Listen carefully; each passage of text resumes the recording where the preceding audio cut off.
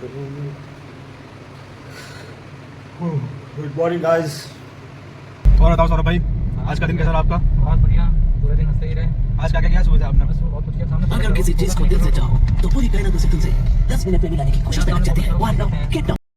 Hello guys, मेरा नाम है सौरभ और आज मेरा थोड़ा सा मूड हो गया था यमुना एक्सप्रेसवे के डेवलपमेंट और वहाँ पे इन्वेस्टमेंट के बारे में बताने का। तो जैसे कि मैं बताना चाहूँगा, अभी यमुना एक्सप्रेसवे नवंबर से दिसंबर के अंदर आपका एयरपोर्ट का जो है पोजीशन मिल जाएगा। और 2009 में जो रेसिडेंशियल 21,000 प्लॉट निकले थे, उसके बाद 2009 में ही इंडस्ट्रियल प्लॉट निकले थे 21,000 के प्लस।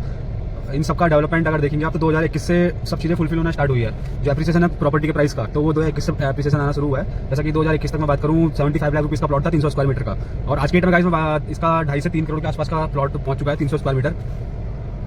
तो हर किसी का पॉकेट साइज नहीं होता गाइस कि वो 3 करोड़ रुपए खर्च करके 300 मीटर का प्लॉट परचेस करे।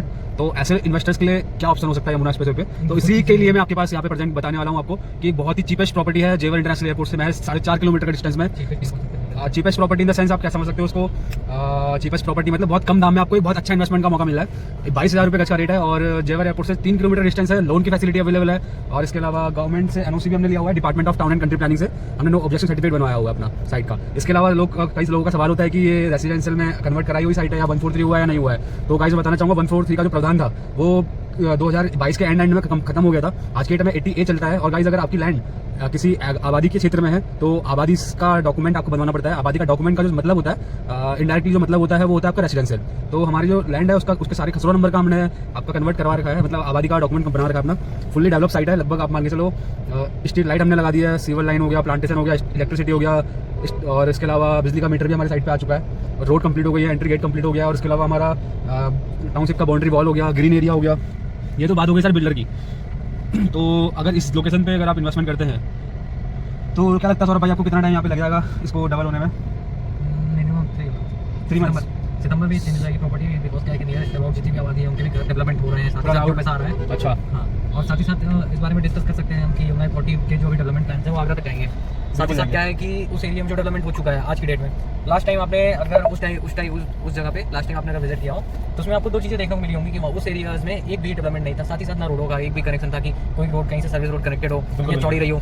लास्ट टाइम की बात करते हैं, आज से 2019 में जब ये सारी चीज़ें वहाँ पे डेवलपमेंट स्टार्ट हुई तब लोगों का पैसा वहाँ पे इन्वेस्ट करने की इच्छा जागरूक हुई। उससे पहले वहाँ पे लोग अथॉरिटी के प्लॉट्स में इन्वेस्ट कर चुके थे। उससे और पहले जो यमुना एक्सप्रेसवे के फ्रंट पे थे कुछ सेक्टर्स जो कि 17,600 कुछ हेक्टेयर्स का एरिया था, जो सेक्टर 17, 18, 19 का एरिया था, उस एरिया में काफ़ी अच्छा डेवलपमेंट भी किया गवर्नमेंट ने। आज की डेट में रोड, सीवरेज एंड सीवर तो अभी नहीं कह सकते, सीवर अभी अथॉरिटी में कहीं पे नहीं है, बट इलेक्ट्रिसिटी वगैरह का आप देख सकते हो, रोडों का देख सकते हो, कनेक्टिविटी बहुत प्यारी हो गई है। और साथ ही साथ क्या है कि उस एरिया का जो लास्ट टाइम का रेट रहा है वो 8,000 रुपये रहा है यमुना अथॉरिटी का, और देखते देखते आज की डेट में सिर्फ 1.5 ईयर्स टोटली ओवरऑल आज वहाँ का जो रेट है 26,500 है पर स्क्वायर पर प्रॉपर्टी का रेट जो है 3 करोड़ से ऊपर का है, 3 करोड़ से ऊपर की प्रॉपर्टी है। और साथ ही साथ क्या है कि उस एरिया पे हम भी एक डेवलपमेंट प्रॉपर्टी लेके आ रहे हैं जो कि अभी डेवलपमेंट एरिया से बस जुड़ी हुई प्रॉपर्टी है। इस बिहार में उसके जो रेट है वो बहुत अच्छे हैं। साथ ही साथ क्या है कि वहाँ पे जो mutual funding as a investor जो भी सोचते हैं म्यूचुअल फंड या स्टॉक मार्केट में अपना पैसा लगाना चाहते हैं वो यहाँ पे लगा सकते हैं आज की डेट में। बिकॉज अभी क्या है कि जो उनका बजट लास्ट टाइम 3 करोड़ पहुँच रहा है आज की डेट में, वही आपको पहुँचेगा वहाँ पे 50 से 60 लाख रुपए में और अच्छी प्रॉपर्टी के साथ। ओके तो सौरभ भाई, मैं अभी बहुत सारे कस्टमर्स का ना एक सवाल होता है कि ये टाउनशिप आपकी बहुत छोटी है, छोटी टाउनशिप है, छोटा इन्वेस्टमेंट है। तो हमारा जो प्लान था वहाँ का जो ड्रीम प्रोजेक्ट है हमारा वो है करीब 70 एकड़ के आसपास का, बट अभी हम लोगों ने वहाँ पे 11 से 12 एकड़ का एरिया डेवलपमेंट किया है। क्या है कि 20 एकड़ प्रॉपर्टी और भी हमारी एक्सटेंड हो रही है। साथ ही साथ क्या है कि उस एरियाज में जो प्लॉट्स हमने लास्ट टाइम वहाँ पे लॉन्च किए थे, लॉन्चिंग जो हमारे रेट रहे हैं वो 13,999 के रहे हैं, और आज की डेट में उस एरिया के रेट 22,900 है। और साथ ही साथ सितंबर में इनॉग्रेशन भी हो रहा है नोएडा इंटरनेशनल एयरपोर्ट का, वो तो आपको पता ही होगा।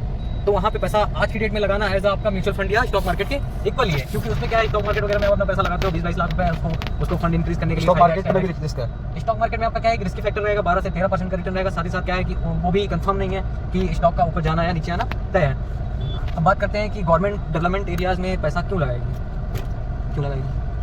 डेवलप अच्छा, जैसे क्लाइंटों का रहता है कि आप जिस एरिया में काम कर रहे हैं वो एरिया जिस डेवलपमेंट एरिया के आसपास का एरिया है। तो मैं आपको बताना चाहूँगा कि एरिया आप देख सकते हो, ये एरिया देख सकते हो, ये एरिया भी दिखाओ बैक करके चारों तरफ। यहाँ पे जाम भी लगा हुआ है अभी। ये है अपना नोएडा सेक्टर 63 का एरिया, जहाँ पे क्या है कि ये पूरा इंडस्ट्रियल लैंड पैच है, ये पूरा इंडस्ट्रियल लैंड पैच है। साथ ही साथ क्या है कि इस एरियाज पे जो लास्ट टाइम रेट थे आज की डेट में जो रेट है वो हाईली है। बिकॉज क्या है कि जो डेवलपमेंट एरिया से जुड़े हुए हैं, जैसे अपना क्षेत्र ममूरा हो गया, 59 हो गया और बरौला हो गया, आज के भी यहाँ के रेट जो है वो भी लाख रुपए से ऊपर जा चुके हैं। तो सारा जुड़ा हुआ, आप थोड़ा देख लो, 62 वाला एरिया देख लो, ये सारा क्या हुआ कि एक तरीके से डेवलपमेंट हो गया। और साथ ही साथ चलो ये तो रही नोएडा की बात, अब आ जाते हैं एयरपोर्ट के पास। तो एयरपोर्ट के पास मैं आपको बताना चाहूँगा, जागरूक करना चाहूँगा कि जो एयरपोर्ट के आसपास का एरिया होता है ना, उस एरिया में आप ये मान के चलिए कि hospitality, hotels and industrial area का लैंड पैच है ये कम से कम 36,000 एकड़ के आसपास का इंडस्ट्रियल एरिया का लैंड पैच, और अभी आगरा तक जाने की इसकी संभावना है। जो ये land patch industrial area Agra तक का जाएगा। इंटरनेशनल लेवल में इकोनॉमी हमारी ग्रो करती है इंडिया के अंदर, अगर इंटरनेशनल एयरपोर्ट अगर नियर में आता है। और अगर और साथ ही साथ गुड़गांव की अगर हम बात करें, और साथ ही साथ गुड़गांव के, हम आपको इसी एरिया की बात बता देता हूँ। गुड़गांव वगैरह तो सारा डेवलपमेंट हो चुका है, नोएडा भी सारा डेवलपमेंट हो चुका है। अभी जो एरिया डेवलपमेंट कर रहा है और इंक्रीजेबल हो रहा है आज की डेट में, जो इंक्रीज कर रहा है अपनी वैल्यू को डे बाई डे, उसका मतलब ये है कि अभी आपको वहाँ पे पैसा एज अ म्यूचुअल फंड या एक तरीके से एफडी बोल सकते हो आप, लेकिन एफडी आपको 7%, 8% या 12% तक रिटर्न दे सकती है लास्ट, उसके अलावा नहीं देगी आपको। बट आपको ये प्रॉपर्टी डेवलपमेंट एरियाज के आसपास का एरिया है, इसमें आपको काफी अच्छा मार्जिन भी मिलेगा देखने को। साथ ही साथ जो रेट्स हैं आज की डेट में वो सितंबर तक ऑल इंक्लूसिव चेंज हो जाएंगे 35, 40, 45 के आसपास अराउंड, या 1 लाख पर स्क्वायर यार्ड भी पहुंच सकता है। बिल्कुल पहुंच सकता है, जिस हिसाब से डेवलपमेंट यहाँ पे हो रही है, जिस बेस पे यहाँ पे डेवलपमेंट हो रहा है, मैं आपको बताना चाहूँगा सौरभ जी कि लास्ट टाइम आप मुझसे जुड़े हुए थे तो मैंने आपको बताया था कि ये जो एरिया है ये अभी कंस्ट्रक्शन है।